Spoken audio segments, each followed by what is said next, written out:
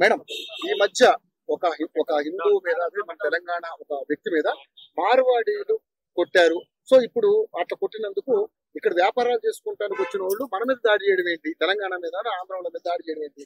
So go back Marwadi, go back Rajasthani, ఇది వాళ్ళు మాట్లాడేది. సో దీన్ని ఏ విధంగా చూస్తారు మేడం? ఫస్ట్ ఆఫ్ ఆల్ ఒక వ్యక్తి మార్వాడి అనే ఒక వ్యక్తి ఒక తెలుగు తెలంగాణ వ్యక్తిని కొట్టాడు. ఈ విషయాన్ని కనుక మనం పట్టుకొని భూతద్దంలో కనుక చూడవలసి వస్తే ఎంఐఎం పార్టీ దుండగులు ఎంత మందిని కొట్టి హింసించి చంపి దిక్కు దివాణా లేకుండా పడేశారు.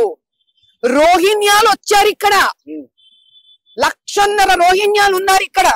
వాడి గురించి ఎవడికొద్దా? ఈ కొట్లాట ఎందుకు వచ్చింది, దేనికి వచ్చింది?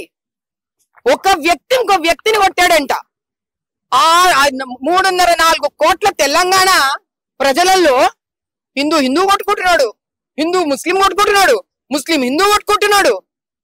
ఒక్క మార్వాడి ఒక్క హిందూ. అసలు మార్వాడి అని చెప్పడం ఏంటి అంత అసహ్యంగా ఉంది? తెలంగాణలో అతని ఆధార్ కార్డు ఉండింటుంది, ఓటర్ ఐడి ఉండింటుంది. ఈ విషయాన్ని ఇంత పెద్దగా చేస్తున్నారు ఎవరు? ఆ కమ్యూనిస్ట్ వాళ్ళు చేస్తున్నారు ఇవంతా, ఆ లెఫ్టిస్టులు. ఎందుకని?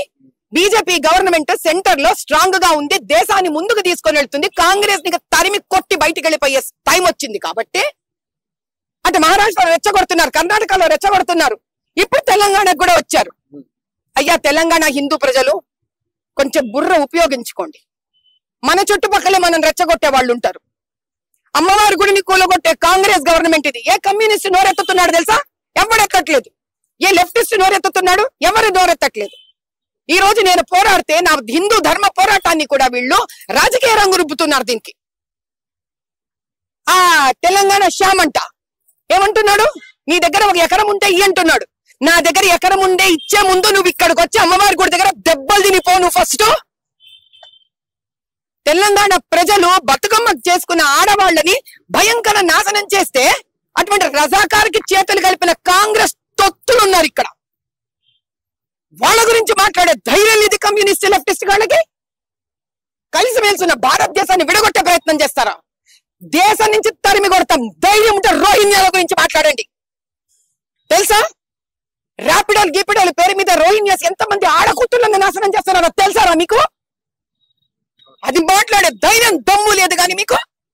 ఈ రోజు పురాణ బస్తీలో హిందువులు కూడా ధైర్యంగా ఉన్నారంటే వీళ్ళతో వాటి కలిసి పోరాడుతున్న మార్వాడీల వల్ల కూడా. ఎంతమంది గుజరాతీలు, ఎంతమంది బిహారీలు, ఎంతమంది మార్వాడీలు అక్కడ ఉన్న తెలంగాణ హిందువులతో కలిసి ఉన్నందుకే ఇప్పటికీ చార్మినార్లోని కొన్ని గల్లీలు మనం ధైర్యంగా తిరగలుగుతున్నాం. ఇది తెలుసుకోవడం మీకు తెలీదా? మీకు తెలీదా ఈ నిజాలు? ఆడపిల్లలు కొన్ని గల్లీలు దాటి పోలేరు. బహదూర్పురా వెళ్ళి చూడండి, ఎన్ని ముస్లింస్ ఉన్నారంటే చీకటి అయిన తర్వాత స్ట్రీట్ లైట్స్ ఉండవు ఆడపిల్లలకి వెళ్ళడానికి. ఆ గల్లీలలో తిరగకుండా ఇష్టం వచ్చినట్టు వీళ్ళు వెళ్ళిపోండి వాళ్ళు వెళ్ళిపోండి అని మాట్లాడతారు అందరు కలిసి.